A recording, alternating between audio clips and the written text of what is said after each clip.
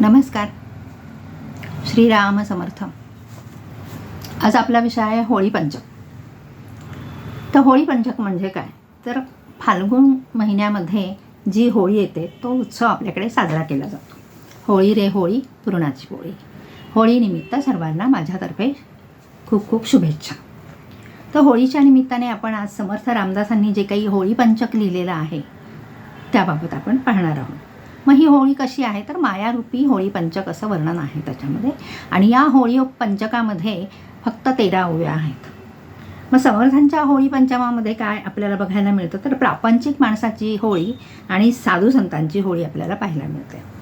तर मायेची बोंब मारली की भ्रमरूप मायासुद्धा निघून जाते असं त्यांनी सांगितलं. तर पहिली जी ओवी आहे, अवघेची बोंबलती होळीच्या भोवती भोवती माया होळी प्रज्वलती सृष्टी व्यवहारे लाविली. अशा ह्या 2 ओव्या आहेत. तर होळी म्हणजे काय, तर होळी छान ती अशी सजवलेली असते, प्रज्वलित केलेली असते, त्याची पूजा केलेली असते आणि म्हणजे सर्वजण तिथे उपस्थित असतात त्या होळीच्या भोवती. मग ती होळी प्रज्वलित झाल्यानंतर ती जी अग्निज्योत असते ती उंच अशी जात असते आणि त्याच्याकडे लक्ष सगळ्यांचं लागलेलं असतं की ह्या होळी पेटवलेली किंवा प्रज्वलित झालेली होळी आहे, तर तो अग्नी किती वरपर्यंत जातो हे सगळ्यांचं त्याच्याकडे लक्ष असतं. आणि हे सगळी मंडळी त्या होळीच्या भोवती छान पूजा वगैरे करून उभे असतात. मग इथे त्यांनी काय म्हटलं की ही मायारूपी होळी जी आहे, तर इथे जन्म घेतलेल्या सर्वांनीच पेटवलेली आहे. मग ही कशी होळी आहे, तर ममतेची आहे, आसक्तीची आहे, आशा अहंकाराची. सर्वजण मोठ्या आवाजात आवाज करतात की म्हणजे मोठमोठ्या आवाजात आवाज करत ती होळी साजरी करतात. मग ही माया नाही का, तर माया आहे. तर या माया भ्रमरूपाने आपल्याला भासते म्हणून ती माया. अशी ही होळी त्यांनी त्या ओवीमधून स्पष्ट केलेलं आहे, वर्णन केलेलं आहे. मग ही होळी कशी आहे, तर लोकेशण आहे, वित्तेषण आहे, दारेशण आहे, पुत्रेशण आहे. या सर्व ज्वाळांनी उग्र झालेली आहे ती. म्हणजे वित्तेषणा म्हणजे सगळ्यांच्याकडे संपत्ती आहे, पैसा आहे, आजकालच्या जगामध्ये आपण बघतो. तर असंही त्यांनी वर्णन केलं की व्यावहारिक जगात जगताना प्रसिद्धीची हाव असते. पैसा मिळाला, बुद्धी आहे, प्रसिद्धीची हाव असतेच सगळ्यांना. मग सर्वांनी आपल्याला मान द्यावा, मोठेपणा द्यावा म्हणून काय काय करतात. बरेच जण काय काय वेगवेगळ्या पद्धतीने त्यांचं काहीतरी चालूच असतं. मग वित्तेषणाबाबत जर विचार केला तर पैसा कमवून ठेवतात, तर पुढील 7 पिढ्यांसाठी त्यांनी पैसा कमवलेला असतो किंवा 7 पिढ्यांची सोय त्यांनी केलेली असते. दारेशणा पुत्रेशणा संसारात आसक्ती राहण्याचे देहबुद्धीचे लक्षण आहे. या कारणाने गुंडाळती त्याची वाचे उच्चार येते. होळीमध्ये खाजे आहे ते तू विचारून पाहे. म्हणजे खाजे म्हणजे खोबरं. तर माया होळीच्या अज्ञानरूप आवरणामुळे त्या होळीत असलेले खाजे म्हणजे खोबरे रूप आत्मतत्व सापडत नाही. मग होळीच्या आत जो नारळ टाकला जातो, म्हणजे पूजा करताना जो नारळ टाकला जातो, ते खमंग खोबरे खायला सर्वजण उत्सुक असतात किंवा सर्वजण टपलेले असतात त्याच्यावर. पण ते सहजासहजी मिळत नाही, सोपं नाही आहे तेवढं मिळणंसुद्धा. मग ही कशी आहे, तर तापत्रयाची होळी आहे. आधिभौतिक आहे, आध्यात्मिक आहे, आधिदैविक अशी ही तापत्रयाची होळी आहे. मग हे 3 ताप त्यांनी सांगितले म्हणून त्याला तापत्रयाची होळी सांगितलं. मग संसाराची आग भडकली की माणूस काय करतो, हाय हाय करतो, मग रडतो, मग ओरडतो. तरीही त्याची तो संसाराभोवती फिरतच असतो. कितीही काही झालं तरी त्या संसाराभोवती तो फिरत असतो. जशी आपण होळीला फेरी मारतो तसाच तो संसाराभोवती फिरतो. अगदी होळीभोवतीसुद्धा प्रदक्षिणा घालतात तसा. लहान मुले किंवा याचा जर आपण विचार केला तर लग्न, मुले, नंतर मग मुले विचारत नाहीत. लग्न वगैरे होतं मुलांचं आणि नंतर मग मुले विचारत नाहीत. मग ते सगळीकडे सांगत बसतो की मला कोणी विचारत नाही, माझ्याकडे कोणी पाहत नाही. मग हे चांगलं का, तर नाही. म्हणजे असं वर्णन त्यांनी केलं की सगळीकडे तो सांगत बसतो. मग ही कशी झाली, तर त्याला समर्थ रामदासांनी एक छोटी कौटुंबिक होळी आपल्या घरी पेटवत असतो असं एक वर्णन केलेलं आहे त्यांनी.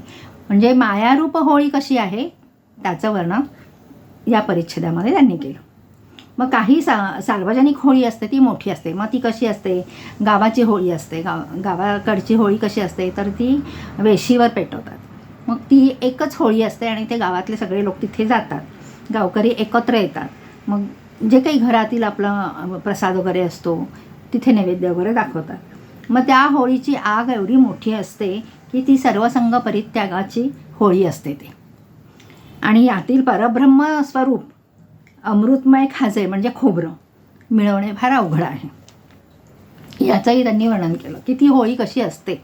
त्याचं वर्णन त्यांनी त्याच्यामधून आपल्याला दाखवलं की एक उडी घालू जाती लंडी चुकोनी पडती, एक देहाचे चांगले त्याची आगी हुर पळाली. मायेच्या होळीत उपासना. मायेची होळी कशी सांगितली त्यांनी. आधी वर्णन त्यांनी प्रपंचाचं केलं, साधू संतांचं केलं, परंतु आता त्यांनी मायेची होळी कशी सांगितली.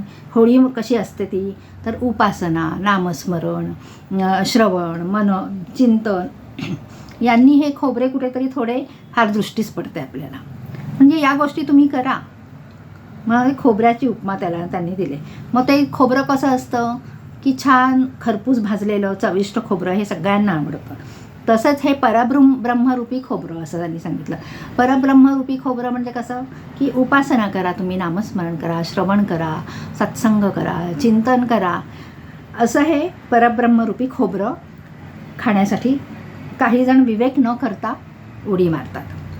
परंतु काय होतं की याच्यामध्ये आदरणीय आपले कृष्णाजी अठ्ठल्य म्हणतात की वसिष्ठाप्रमाणे ऋषीप्रमाणे आपल्याला ब्रह्मर्षी पद मिळावे हा हेतू होता त्यांच्या मनातील कामक्रोध गेल्याशिवाय ते कसं ब्रह्मपद मिळेल. अशा प्रकारे जर आपल्याला एखादी गोष्ट मिळवायची असेल तर ती आपल्याला साध्य करणं, चिकाटीने त्याच्यासाठी प्रयत्न करणं, काही त्याग करावा लागतो आणि मग ती गोष्ट आपल्याला प्राप्त होते. म्हणजे काय तर मनातील आपले कामक्रोध विकार गेल्याशिवाय आपल्याला कुठलीही गोष्ट प्राप्त होत नाही. मनाचे उन्मन झाल्याशिवाय ब्रह्मपद मिळणे अवघड आहे. मग कुठलीही साधना करायची म्हणजे ती साधना एक तपश्चर्याच असते आपली. ते तप असतं आपलं आणि त्या तपाच्या आचरणाप्रमाणे राहावं लागतं, असं हे तप. मग असं म्हणजे आपल्या मनामध्ये किंवा ह्याच्यामध्ये जे काही आहेत काम, क्रोध, लोभ, मद, मोह, मत्सर हे विकार षड्रूपी विकार गेल्याशिवाय आपल्याला कुठलीही गोष्ट मिळत नाही. मग काय करावं लागतं तर त्यासाठी आपल्याला प्रयत्न करावे लागतात, साधना करावी लागते, तपश्चर्या करावी लागते. अशी ही होळी. मग काय होतं की ती होळी जी असते तर काही जण त्या अगदी भोवती उभे असतात, परंतु त्याची धग असते होळीची, जी आग असते मोठ्या प्रमाणात लागलेली, तर ती पाहून बरेच जण घाबरतात आणि मागे सरतात, म्हणजे मागे होतात ते. मग त्यांना कशाचे खोबरे आणि काय हे काहीच माहिती नसतं ना, मग हे समजत नाही. मग प्रापंचिक बाबत हेच घडतं, ते लांबूनच होळी बघतात. प्रपंचामध्ये जो माणूस गुरफटलेला असतो त्याला या गोष्टीचं काही माहिती नसतं, कारण परमार्थी आणि वेगळे, उपासना करणारे वेगळे, त्यांना या गोष्टी माहिती असतात. परंतु प्रपंचामध्ये जी होळी असते त्यांना या गोष्टी माहिती नसल्यामुळे काय होतं, ते मागे थोडेसे सरकतात की नको मला याच्यापासून काहीतरी, असं मनामध्ये काहीतरी शंका त्यांच्या येत असतात. मग साधकाच्या बाबतीत काय होतं तर साधना करण्याचे प्रयत्न ते करतात आणि मग म्हणून काही साधक अष्टसिद्धी मिळवतात. असे साधक बरेच असतात, त्याच्यामधले काही साधक जे असतात ते अष्टसिद्धी मिळवतात आणि त्यातच ते रममाण होतात.